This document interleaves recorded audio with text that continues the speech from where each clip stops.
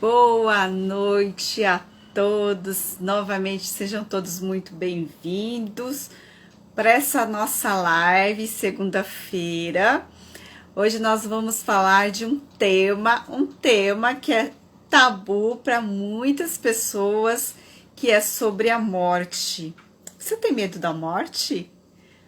Quando alguém fala da morte para você, como que você se sente? Você acredita que você pode se preparar para a morte? Tantas e tantas e tantas questões que a gente tem em relação à morte e que muitas vezes a gente não quer ter contato, mas é a única certeza que nós temos nessa vida é que vamos fazer a passagem. Hoje minha convidada especial é a Kátia. Eu vou chamá-la para que a gente possa começar a live. Aguardem só um instante. Só um instante que eu vou chamá-la.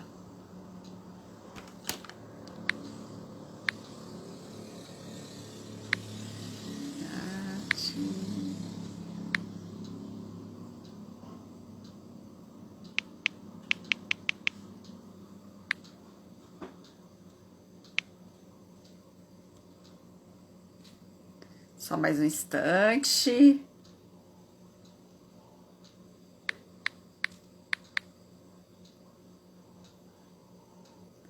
Já enviei o convite para a Kátia.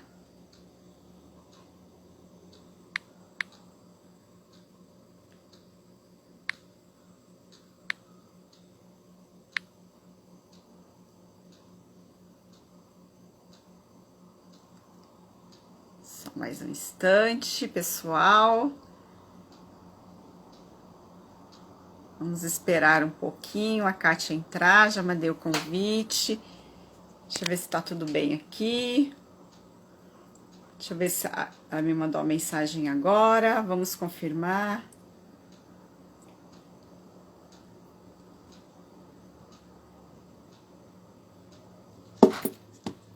Vamos lá.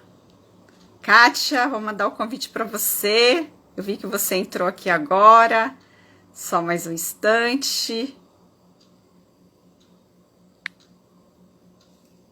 Aí. Pessoal, sejam todos muito bem-vindos para mais uma live. Vamos tirar todas as dúvidas possíveis que nós temos referente a esse. Ah, agora estou te vendo! Ah, que bom! O que será que tinha acontecido? Mas ainda bem que agora deu certo, né, Kátia? Eu.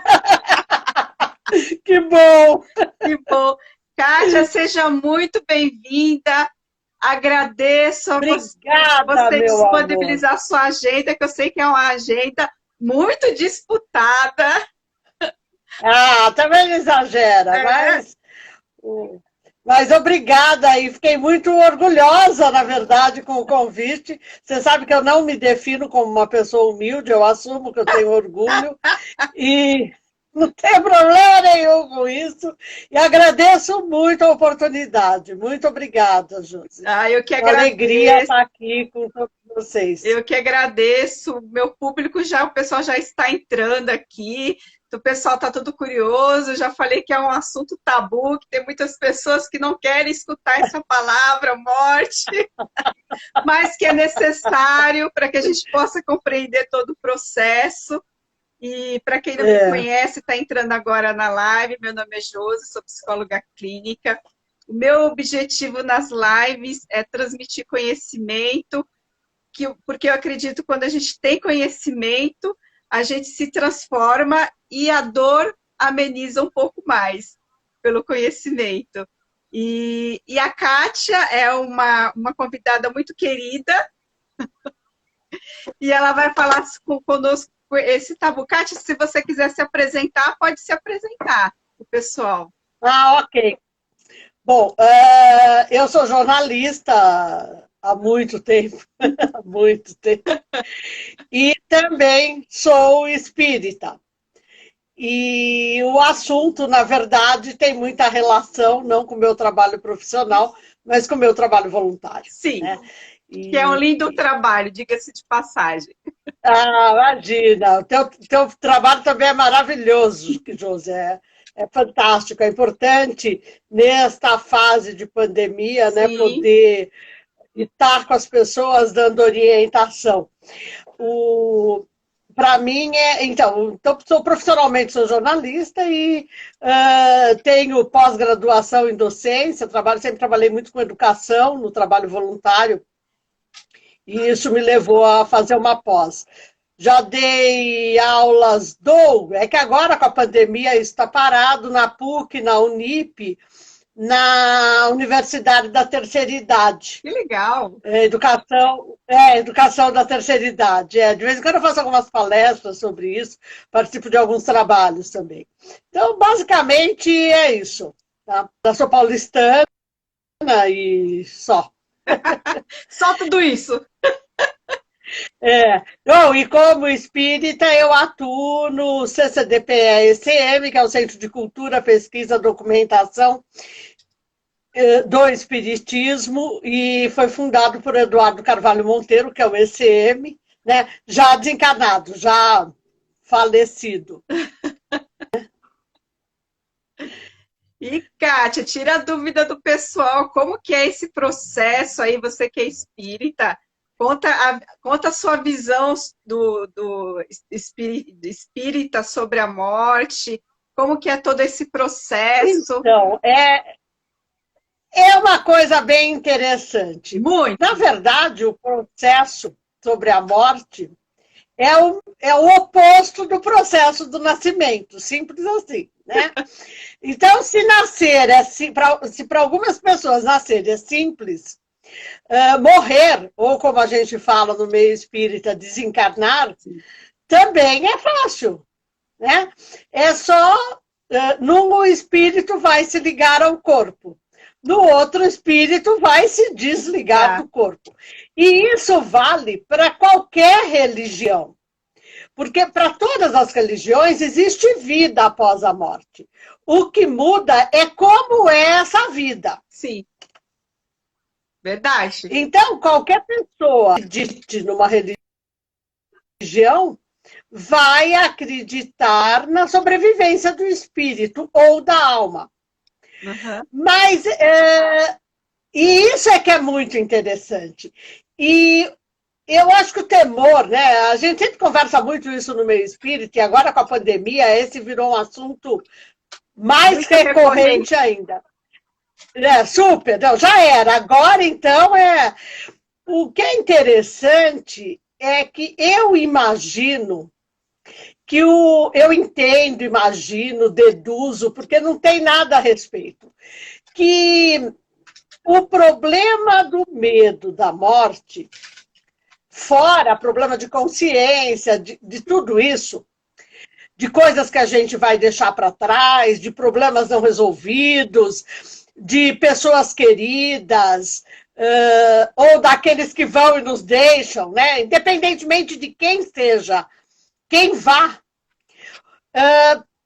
Eu entendo que para quem vai, muito do temor, ou uma boa parcela dele, tem a ver com as imagens que se criou ao longo da história da humanidade. Sim. De para onde o espírito vai. Porque cada religião tem, ao longo da história da humanidade, tem um olhar. Então, lá para os egípcios, Osíris pesava o coração. E daí decidia para onde a pessoa ia.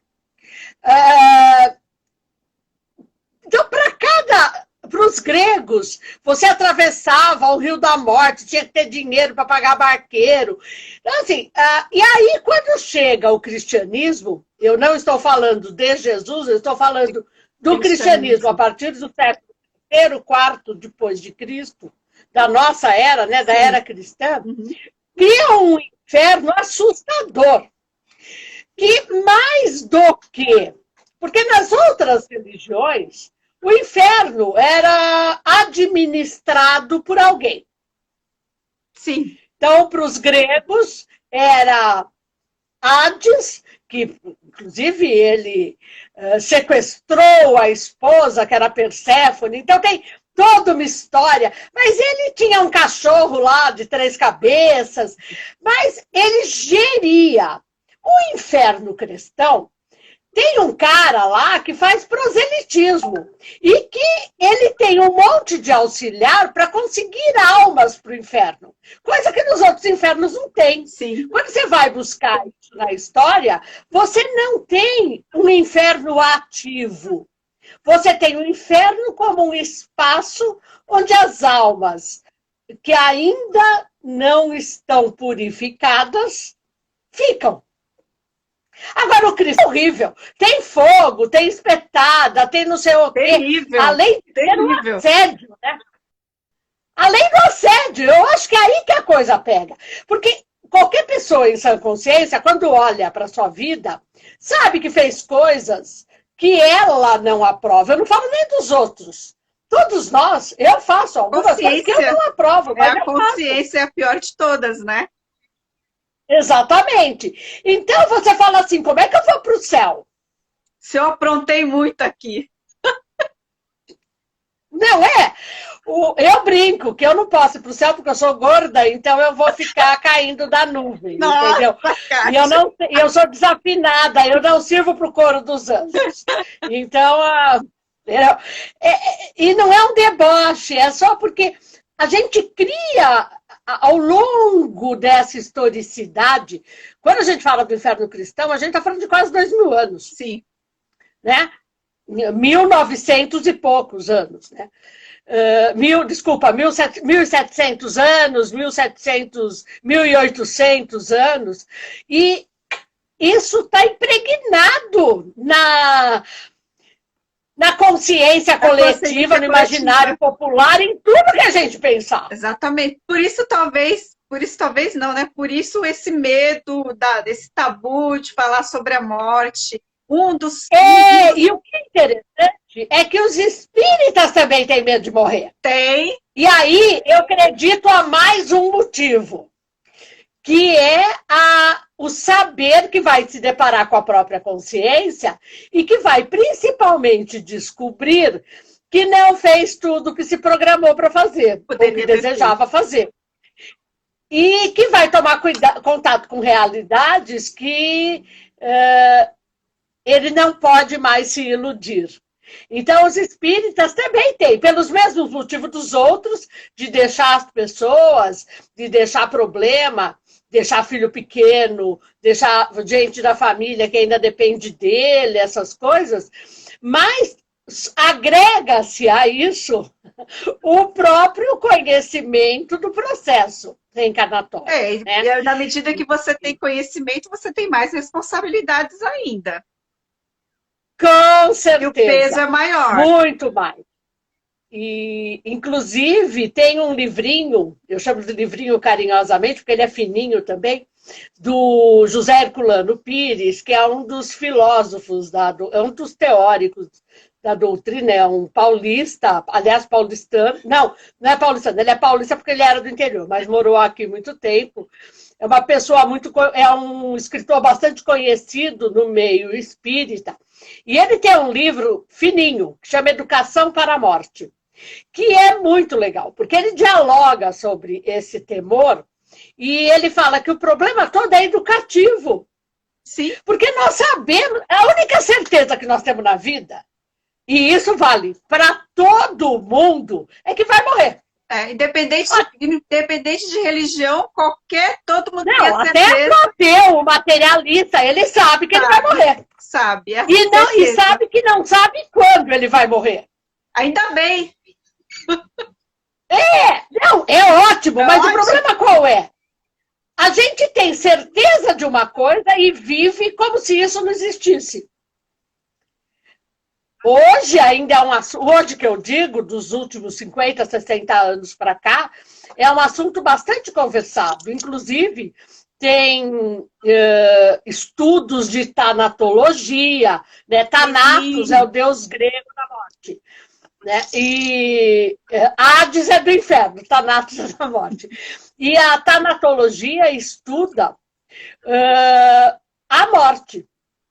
E com os tratamentos paliativos, isso passou a ter um outro olhar, né? Passou a ser trabalhado de uma nova forma, com os cuidados paliativos para doentes terminais. E isso é muito interessante, porque tem uma vasta literatura, não apenas espírita, e você é psicóloga, sabe disso? Sim. Tem psicólogos que trabalham com o luto, tem a né? psicologia do luto, tem vários... vários... E isso é muito interessante, porque a gente começou a tratar disso de uma forma mais organizada, mais orquestrada, na verdade. Não só a religião cuidando, e é o que eu falei, do jeito como a religião, de um modo geral, cuida, é para ficar com medo mesmo de morrer. Eu não tiro a razão de ninguém. Sim. Inclusive porque eu escuto algumas coisas no meio espírita, de espíritas, que eu falo assim, gente, é para deixar a pessoa apavorada, é para ela não querer encarnar mesmo. Porque para nós, né? Desculpa, eu estou falando muito, mas tá falando de processo. Tá ótimo, Kátia. De processo de desencarnação, é como dormir e não acordar. É como se fosse um sono, né? Você dormiu, um sono, não acordou. O sonho, é como se fosse o sonho com você participando. A diferença é que esse corpinho que a gente reclama tanto, porque um quer arrumar aqui, outro quer arrumar não sei o quê, não é? Cada um, ninguém está feliz com o corpo que tem. Então, neste conjunto de coisas, esse corpinho fica. E nós vamos, porque nós somos o ser inteligente do processo, não o corpo. E isso é para toda religião, não é só para o espiritismo. Sim, claro. Agora, se eu começo a pensar que tem céu e inferno, o purgatório praticamente acabaram com o limbo, né? Em 2017, acho que ele foi 17. A Igreja Católica acabou com o limbo. O Papa recentemente falou que o inferno não é bem um local nem para todos sempre. Então já é uma informação aí complexa, Sim. Porque o que nós temos de informação do cristianismo, e foi Santo Agostinho quem criou isso, tem a ver com toda a eternidade, né? Para o espírita é mais confortável, porque você vai voltar e vai se reajustar. Sim. Mas qual é o problema? O espírita também trabalha, às vezes, com alguns elementos, como um espaço que se chama umbral, que não existe, porque é estado de consciência. É o estado de não consciência. Existe fisicamente. Só que a gente acaba falando, e para quem não está enfronhado no assunto, vira local físico, quando é só estado de consciência. E aí a descrição que fazem de umbral, zonas trevosas, você fala assim, gente, daí começam a comparar com o inferno de Dante. Você fala assim, nossa, é para sair correndo mesmo. Também. Porque a gente não é interessante. Nós nunca pensamos que a coisa conosco vai ser boa. Nós somos muito mais apegados ao que é ruim do que ao que é bom. Sim. Por que você não pode ter uma desencarnação tranquila e chegar lá e descobrir, não fiz tudo o que tinha que fazer, minha consciência me acusa de algumas coisas, Beleza. Mas, poxa, eu melhorei nisso, eu fiz aquilo. Porque é assim que a lei divina vai avaliar. Não é com objetividade. Porque nós julgamos o outro com objetividade. Então, o cara não presta. Ele não presta para nada, na nossa opinião. A lei divina trabalha de outra forma. A lei divina é amor, misericórdia. Não, e é qual a intenção? Qual a tua intenção? Qual é a tua intenção? Porque quantas vezes a gente ofende as pessoas sem querer? Arranja um enguiço familiar que não era a tua intenção. Você foi contar uma piada, alguém se ofendeu e virou e rompeu com a família. Né? Agora, com política, então, o pessoal está rompendo mesmo com a família. Né? Não é verdade?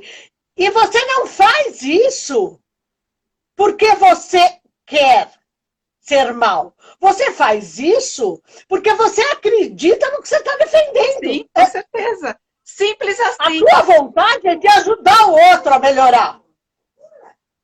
E a do outro também, só que cada um tá de um lado, então a coisa não vai dar certo. Exatamente, é o que você falou. Aí você desencana com raiva, papapá, papapá, papapá. Bom, teoricamente, em qualquer religião, você vai para o inferno. Para os espíritas, você vai para o plano espiritual e vai ter que voltar para se reajustar. Que não, essa volta não é só para espírita, né? Tem os budistas, os hindus, todos que acreditam em retorno à carne, em outro corpo, né? Porque é um retorno em outro corpo para todas essas religiões, né? Para o budista, para o hinduísta, você tem um novo corpo também. Shintoísta, e aí tem uma série de doutrinas aí, religiões espiritualistas. Kátia, você comentou do corpo, o corpo físico, que é material, ela fica e vai embora o nosso espírito. Mas tem alguns... Nós espíritos, olha que legal, não é nosso espírito. Isso é uma coisa que eu brinco muito, Josi. Porque eu falo assim, se eu digo meu espírito, meu corpo, eu não sei o que eu sou. Entendi. Porque eu sei o que eu tenho. Eu tenho um corpo, eu tenho um espírito. E eu sou o quê? Não sei. Como eu não sei o que eu sou, eu já fico mais apavorada ainda. Entendi. Porque eu não sei o que eu sou, meu corpo fica e meu espírito vai embora. Vai acontecer o quê comigo? Pois é. A hora que eu penso que eu consigo fazer uma reprogramação e pensar, eu sou o espírito. O meu corpo fica, mas eu vou. Eu vou. Bem legal. Muito. A hora que eu vou o que eu sou. Entendi. Faz todo Pode sentido. ser que eu esteja iludida a meu respeito. É um outro processo. Que você, como terapeuta, conhece bem, né? É mais comum do que se imagina, né? Como psicóloga. De uma geral, as pessoas se iludem sobre o que elas são. Falta autoconhecimento. Ah, muito. Mas a hora que eu penso que quem vai embora sou eu já sei o que eu sou. Assim, eu sou um espírito. Pensando nesse sentido, atribui bastante sentido para a gente. E é mais reconfortante quando a gente pensa através desse ângulo, desse aspecto, desse olhar. Eu acho também. Porque a hora que eu me entendo, porque daí eu entendo essa história da responsabilidade, da consciência. Eu sei por que eu posso sofrer, que quem vai sofrer sou eu, não é o meu espírito. Sou eu, por problema de não me auto-perdoar, não me auto-compreender, né? De não me autotolerar. Porque não adianta eu querer te tolerar se eu não tolero a mim. Eu não vou saber o que é isso. Não mesmo. Tudo começa em mim. Eu sou meu tubo de ensaio. Né? As experimentações são em mim como espírito, encarnado ou desencarnado. Eu sou a mesma pessoa. Com certeza, somos a mesma pessoa. E por aí já dá pra gente imaginar como é que vai encontrar o outro lado. Eu já falei que eu vou dar trabalho. Já sabem que eu já vou dar um belo do trabalho. Eu tenho trabalho, estou dando trabalho a encarnação inteira, né? Mas eu brinco. Já causo aqui e do outro lado vou causar mais ainda, dar muito trabalho. Não é? Mas é interessante isso, porque se nós temos consciência disso, nós sabemos que não podemos esperar algumas coisas. Sim. Né? E nós passamos a ter, voltando para a responsabilidade que você colocou, uma responsabilidade diferenciada, no sentido de que eu preciso me cuidar dos meus pensamentos e das minhas ações, para chegar lá com menos bagagem. E que eu tenho trabalhar moralmente é um desafio muito grande. Mas eu costumo brincar que Jesus é muito esperto. O cara realmente é muita gente. Porque quando... É muito, muito, nossa senhora. Né? Porque quando ele fala da porta estreita, eu brinco muito que não é a porta que estreita, é a bagagem que é grande. É. E quem é daqui de São Paulo vai entender bem o que eu estou falando. A gente tem as roletas de ônibus, por exemplo. Mas qualquer roleta que você vai passar, a roleta é sempre uma coisa pequena, apertada. Sim. Né?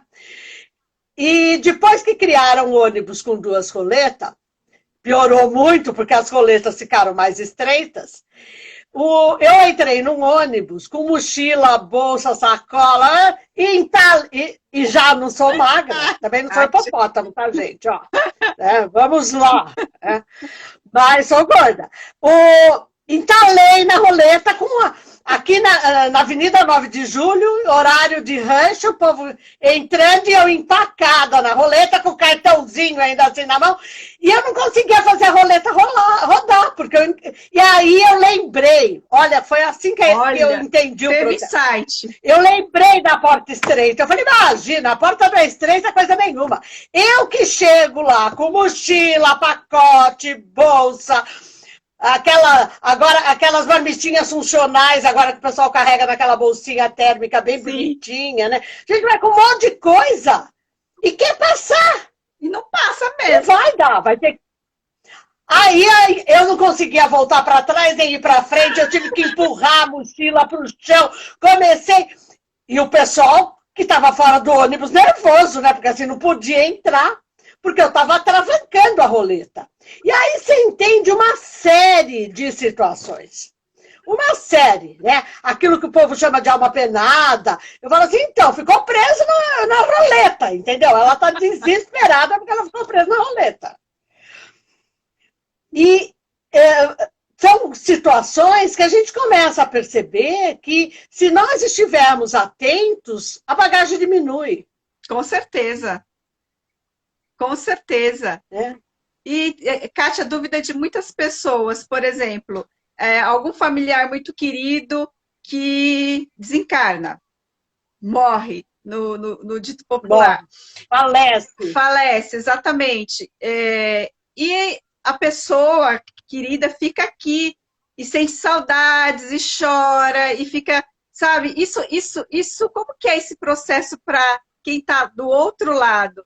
Quando a pessoa chora muito, fica pedindo muito a presença, sente muita falta. Como que é? Isso atrapalha. É como assim, nós estamos aqui conversando agora. Sim. Aí começa a tocar teu telefone ou o meu, que tem alguém insistindo, querendo falar com a gente. Uhum. E você fala assim, agora eu não posso. E a pessoa vai insistindo. Aí a pessoa briga com você, a pessoa te xinga. Como é que nós vamos ficar aqui dialogando? Nosso bom humor vai indo embora, né? Ou a gente começa a chorar junto. Agora, olhando pelo lado de espírito, né, como espírito, é um pouco de egoísmo da nossa parte. E de apego. Porque nós queremos o corpo da pessoa. Nós não nos contentamos em saber que ela está viva e qualquer pessoa que tenha qualquer religião sabe que o espírito está vivo. Para algumas religiões bem pontuais, a alma está dormindo para ressurgir num momento específico. Mas a alma está lá. E se você também morrer e dormir, você também vai ressurgir com essa. Então, assim, toda religião nos aponta a possibilidade do reencontro. Mas nós não queremos o reencontro, nós queremos a pessoa aqui o tempo todo. Só que nós sabemos que ela vai morrer, como nós vamos morrer. Isso fica muito complicado quando você trabalha com doenças terminais. Porque você vê a pessoa doente, no caso, passando mal, sofrendo. Você pega alguém que está fazendo quimioterapia há anos, né? Você vê o sofrimento da pessoa. E você fica pedindo para ela continuar aqui. Eu não estou sendo desumana, pessoal, por favor, me entendam nesse ponto. Eu estou falando de apego. Sim, exatamente. E de egoísmo, são duas. Eu prefiro a pessoa passando mal, doente, do que ela bem. Porque o que está doente é o corpo. Não, não. E o corpo vai ficar. E o espírito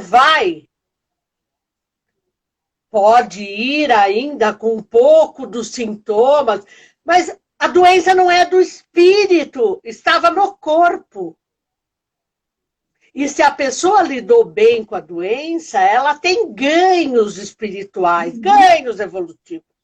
Isso em qualquer religião. Porque todas as religiões falam da submissão à vontade divina. Então, quando a gente olha assim, a gente vê que o espírita não fala coisas tão diferentes. É que nós acreditamos que nós voltamos para completar experiências. Sim. As outras religiões cristãs, dos cristãos, nós somos os únicos que acreditamos nisso. Mas, tirando os cristãos, tem muita gente. Mais de 50% da humanidade é reencarnacionista. Então, é interessante pensar sobre isso, né? Tem uma pergunta aqui do Júlio. A grande maioria da... Tem uma estatística que diz que são 2/3. Porque você pega a China, a Índia e a colônia chinesa espalhada pelo mundo e japonesa, porque é China, Índia e Japão, principalmente, né? É que hoje nós temos uma igreja evangélica e testemunha de Jeová também, muito forte nessas regiões. Além da religião muçulmana, né? Sim.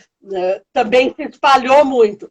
Então, eu procuro trabalhar com mais de 50%, mas tem estatísticas que falam 2/3 da humanidade. Só Índia e China é 50% da população. Nossa, é muito. É muito. Kátia, tem o Júlio... Pode falar, Kátia. Índia e China dá uma média de 3 bilhões e 400 milhões de pessoas. Nossa. Nós temos 7 bilhões e meio encarnados. Muita gente. Então é 50% da população. É muito, é muito. Tem uma pergunta muita gente. Tem uma pergunta aqui para você, Kátia, que o Júlio está fazendo. Como podemos trabalhar a morte?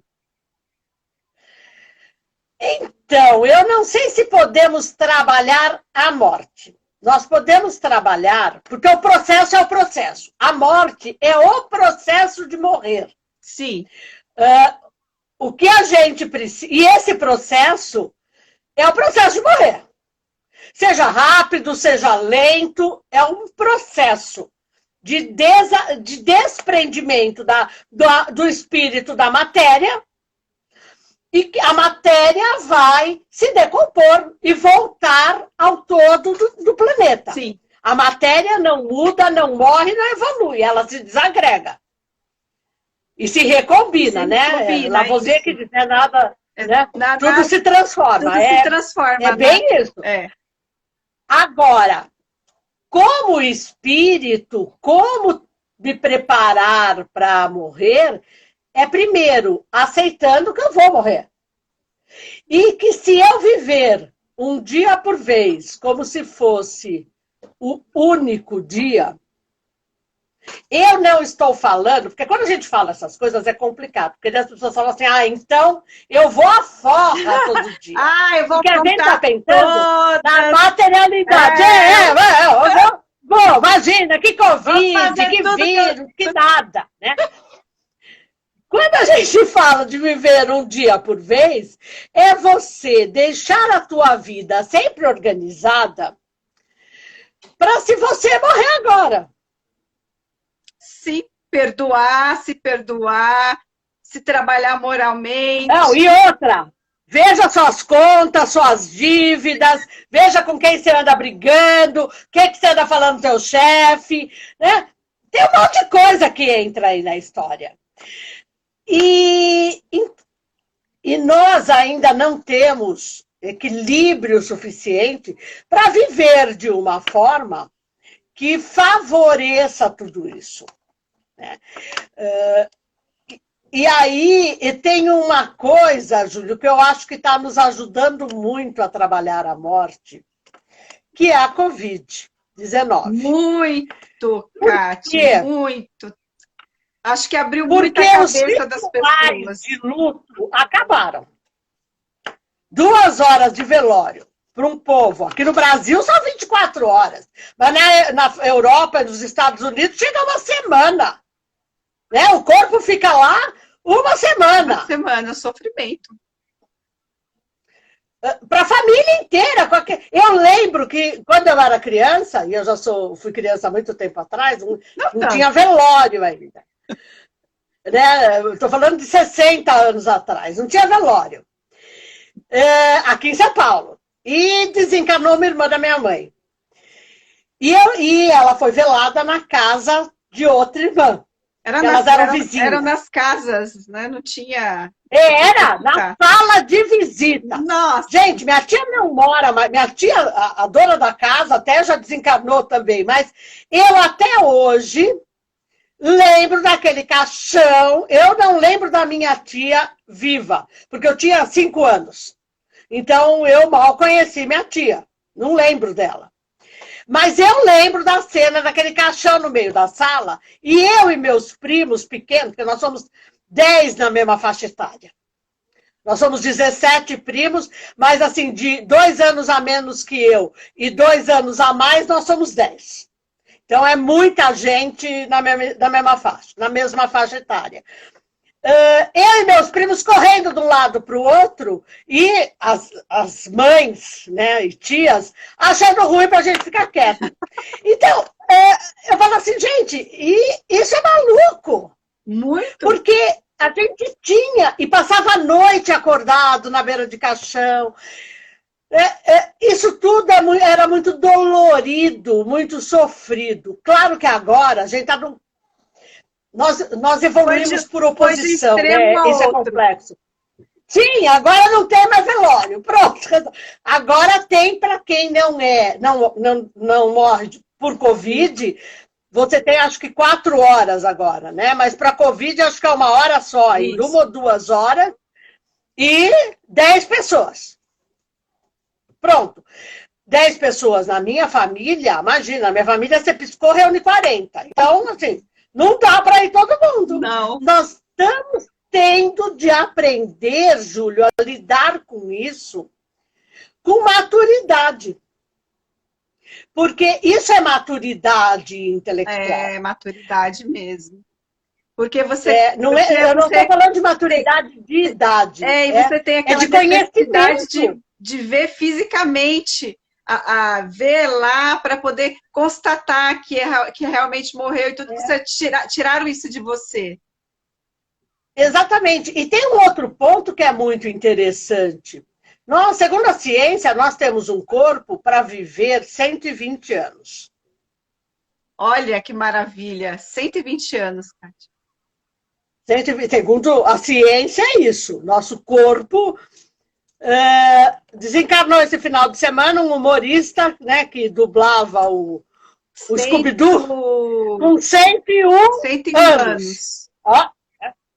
O Niemeyer também morreu, né?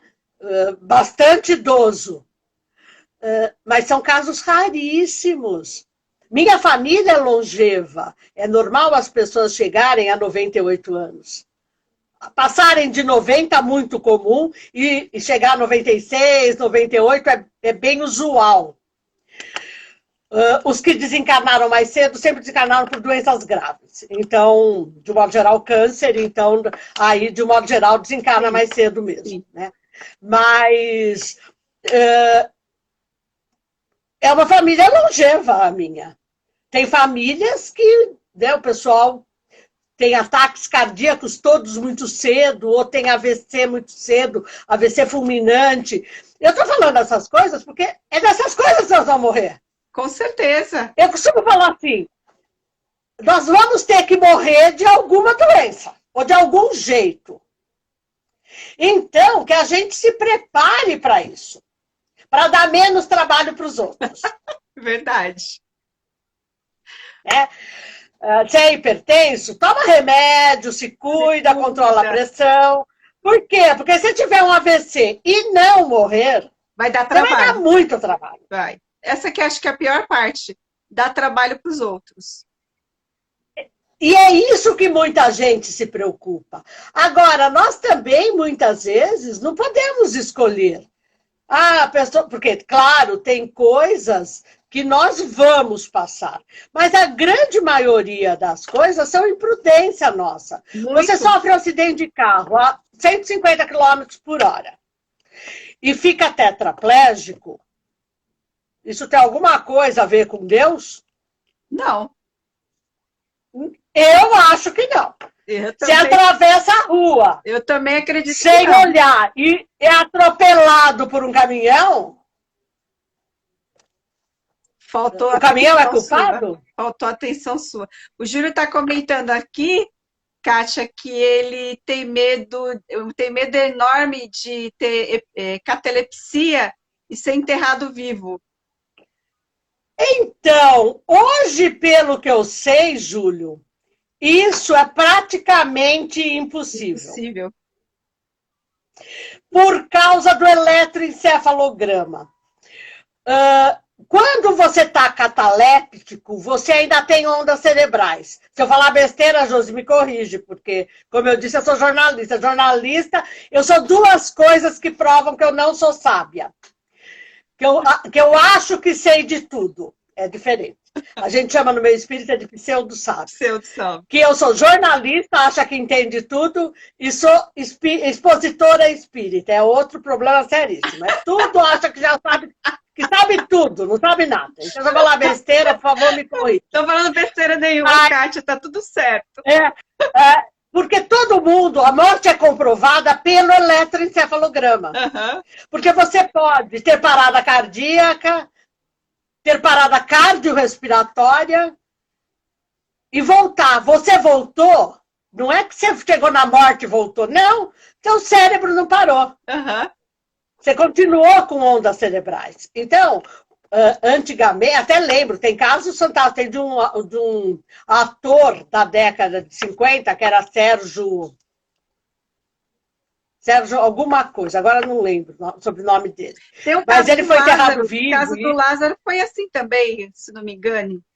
Do Lázaro. Quem? Do Lázaro. Que sim, da parábola de Jesus, o Lázaro foi.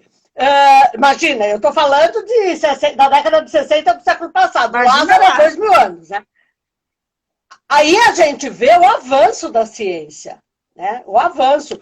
Porque, agora você pode falar assim para mim, mas podem fazer um eletro mal feito, podem não saber ler o eletro. Bom, daí... Sérgio Cardoso. Sérgio Cardoso, isso mesmo, obrigada. Eu lembrava do Sérgio Endrigo, que era cantor, e não lembrava do Cardoso. Mas gente, vocês estão vendo a minha idade, né? Mas, então, o Sérgio Cardoso foi enterrado vivo, e isso foi uma coisa, assim, assustadora. Antigamente, eles usavam espelho, né? Então, punham o espelho na boca, se embaçasse, estava vivo. E isso porque antes de ter espelho, como a gente conhece, era metal polido, né? Que era colocado, auscultava, né, com o ouvido. Ou então, depois do ouvido, veio uns negócios assim que parecia uma cornetinha, que punha lá e ouvia. Depois veio o estetoscópio. Mas hoje é usado o eletroencefalo. Então, a possibilidade. E outra, mesmo não tendo velório, os corpos estão preservando 24 horas. 24 horas. Para cremar, são 72, de um modo geral. Ninguém é cremado no mesmo dia. Por mais que tenha aquela cerimônia, tudo isso, a cremação é feita depois de um tempo. Mas o corpo fica na geladeira. Então, mas é feito um teste de exame. Com certeza. Com certeza. Kátia, o que é mais... sabe uma coisa, Júlio? Ficar com medo fragiliza tanto a gente que abre espaço emocionalmente para um monte de estrago e de enguiço. É Não estou verdade. dizendo que o teu medo vai fazer você ser enterrado vivo, pelo amor de Deus. Não é isso que eu estou dizendo. Mas favorece problemas na nossa vida. Sim, com certeza. Né? Com certeza, A Kátia. Josi, que é a psicóloga, e eu que fico dando palpite. Não, mas pode falar, Kátia. Eu só tô olhando aqui. Não, eu tô brincando. Por isso, por aí vem como eu sou xereta mesmo. Mas é isso.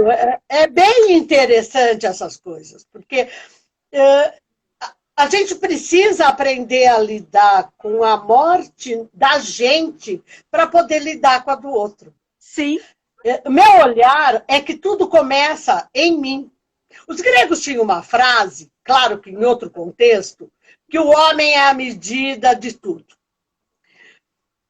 Nós ainda vivemos dentro dessa teoria, porque a hora que eu julgo, que eu analiso alguém, né, digo que a pessoa é ética ou não, é moral ou não, Você é dentro está do meu código. julgando pelo seu ponto de vista, né? Pelo meu código. Se ela age bem ou não age, é dentro do que eu entendo como certo. Sim. Então, eu ainda sou a medida. E necessariamente Mas o que é certo para você não pode ser, não necessariamente é certo para o outro, né? E nem é certo perante a lei divina. É, porque tem a lei divina também. Porque nós temos legislações humanas que permitem a morte. Que tem Sim. pena de morte. Uhum. Sendo que a lei divina diz, não matarás. Não matarás. Está lá no dos mandamentos. E Jesus disse, né, não fazei para o outro o que não querem que faça para você. Ah, não, mas o outro merece morrer. Então, e você? Se o outro merece, né? É difícil, hein, gente? Mas é por aí. A gente está falando dentro de um conceito filosófico, moral, religioso, e não é só cristão. Sim. E não é só cristão. E ainda bem que tem as leis. Essa moral do bem está em todas as religiões. Né? Ainda bem que tem as leis. As leis, senão você se perderia. Então, as leis são para organizar a sociedade. Né? As leis são para organizar a sociedade, as leis humanas. Agora, o problema qual é? Tem lei humana, a lei humana tem relação com a cultura. Né? Sim. E aí tem pena de morte. Né? Eu não vou nem entrar no aborto, mas tem pena de morte. Tem eutanásia. Eutanásia é suicídio. Desculpa, não tem outro nome. Kátia, você falou em suicídio, eu lembrei agora. Por exemplo, eu estou programada para viver 90 anos. E por cargas d'água eu me suicido com 40 anos. Tenho aí um tempo ainda para sobreviver. Como que é isso? Como que é isso? Então, o suicídio, olha, tem tantas variáveis quando se fala de suicídio, e como espírita eu me preocupo muito com algumas teorias que circulam por aí, dizendo que espírita diz isso. Porque eu me baseio no quê? Em Allan Kardec, na obra de Allan Kardec. Sim. E Allan Kardec tem um livro, que é o menos lido da doutrina, que chama O Céu e o Inferno. Em que ele fala das penas futuras, das penas eternas, mostrando que para o espírita não tem pena eterna. E ele, claro, quem não acredita, eu vou falar, a pessoa vai continuar não acreditando, não tem problema nenhum. Mas vale a pena ler. Nem que seja como ficção. Você fala assim, vou ler ficção. Pega lá a segunda parte do Céu e Inferno, tem uma série de espíritos que falam como eles chegaram no plano espiritual. Não o que aconteceu depois, mas como foi a passagem. Uhum. Como eles chegaram, aonde eles estavam quando eles chegaram. E lá não tem colônia espiritual, lá não tem Vale dos Suicidas, lá não tem um monte de coisa. E tem um capítulo, então começa assim, espíritos felizes, espíritos benevolentes, aí tem os espíritos resistentes ao bem, tem os espíritos teimosos, tem os suicidas e tem os criminosos. Eu não estou lembrando todos os títulos, mas... Então tem um capítulo dos suicidas. Tem uns 5 ou 6 casos. Então tem o caso de uma mãe que se matou para encontrar com o filho. Claro que ela não encontrou, Sim. Mas ela não está em nenhum lugar. Assim, não, ela não diz nem que tem gente com ela, né? Tem um outro pai que se matou para o filho não ir para a guerra, porque aí, olha que maluco, né? Guerra Napoleônica, né? Porque a gente está falando, o Espiritismo data, o primeiro livro da codificação, que é o Livro dos Espíritos, é de 1858, né? Então a gente está falando do século XIX. Revolução Francesa, essas coisas. Então, para o filho não ir para a guerra, ele se mata, porque daí o filho seria arrimo de família, não poderia ir para a guerra. Tá? Então, os motivos eram os mais variados. E nenhum deles teve a mesma consequência depois. Foi diferente. Porque muita gente fala assim, o suicida vai ficar. Até desprender todo aquele fluido vital, sim, que é ele vai ficar sofrendo até dar o tempo que ele teria que estar encarnado. Gente, pelo amor de Deus, cadê a justiça divina? O suicídio é uma coisa assustadora, porque ela vai contra uma das leis mais incríveis que nós temos, que é a lei de sobrevivência. O instinto de sobrevivência é tão forte em nós, é tão forte, que esse pode ser mais um motivo para a gente não querer morrer. Sim, o instinto de sobrevivência é muito forte. Alguém que se suicida está num nível de desequilíbrio emocional. Enorme. Psicológico, espiritual, todos os desequilíbrios que se quiser, tão grande que ela não vê saída a não ser a morte. Então, eu vou falar que eu fico muito chateada quando as pessoas falam que se suicidar é covardia. Eu falo, não, se suicidar é um ato de extrema coragem. Na realidade, a pessoa não quer se suicidar. A covardia está em não achar que vai conseguir dar conta de resolver. Exatamente. E na realidade... Aliás, sobre suicídio, Josi, eu indico sempre um trabalho que não é espírita, que é do Durkheim, Emile Durkheim, o pai da sociologia. Ele tem um estudo que chama o Suicídio. E o livrinho é um livrinho. E ele fez uma pesquisa sobre os tipos de suicídio. E ele define, são 4 ou 5 tipos, sim, sendo que tem o altruísta, tem o amor pela pátria, tem o pela honra, e tem... Então, e ele fala que tem um contingente de pessoas que estão dispostas a dar a sua vida por alguma coisa. Sim.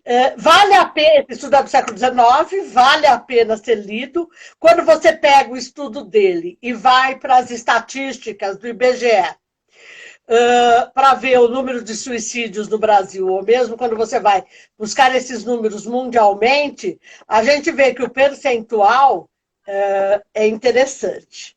Tem aumentado muito o número de suicídio, aumentou a população. Consequentemente... Uma coisa é você trabalhar com percentual, outra coisa com número absoluto. Agora, o que tem aumentado é o suicídio de criança e adolescente. Sim. Este é um outro problema. Na clínica, a gente está pegando bastante casos de criança, adolescente, casos de suicídio. Muitos casos. E isso, muitas vezes, não sei, Josi, se eu vou falar besteira, mas tem a ver com falta de suporte familiar, com isolamento, sim, com uma série de outras coisas. Eles vão dando os sinais, né? Eles dão sinais, só que, infelizmente... Todo mundo que se mata dá sinais. Dá sinal, mas a gente não consegue, as pessoas que estão próximas não conseguem fazer a leitura. Não existe um suicida que não sinalize. Sempre sinaliza. Sempre. É assustador, mas é verdade. O esquema é que nós não estamos atentos ao sinal que o outro nos passa. Ou não aprendemos a ler com a sensibilidade ainda. Mas, então, o suicídio, você tem... situações, a lei divina é tão legal que ela não é igual para todo mundo. Ainda ela bem, é igual para todo ainda mundo, bem que não é... no sentido, você vai nascer, vai evoluir e vai se tornar espírito puro. Então, ela é igual para todo mundo. Agora, ela age sobre nós, como eu falei, pela subjetividade. Pela subjetividade, eu tenho atoniantes e tenho coisas que complicam mais a minha condição. Eu tenho um histórico evolutivo diferente, cada um tem um histórico, ninguém evolui igual. Basta pegar dois irmãos criados, gêmeos univitelinos, idênticos, criados do mesmo jeito, eles não são iguais. Não são iguais, não. Não. Eles podem ser idênticos, né? Ainda, a digital não é, né? A digital não é, mas eles podem... Você olhou assim...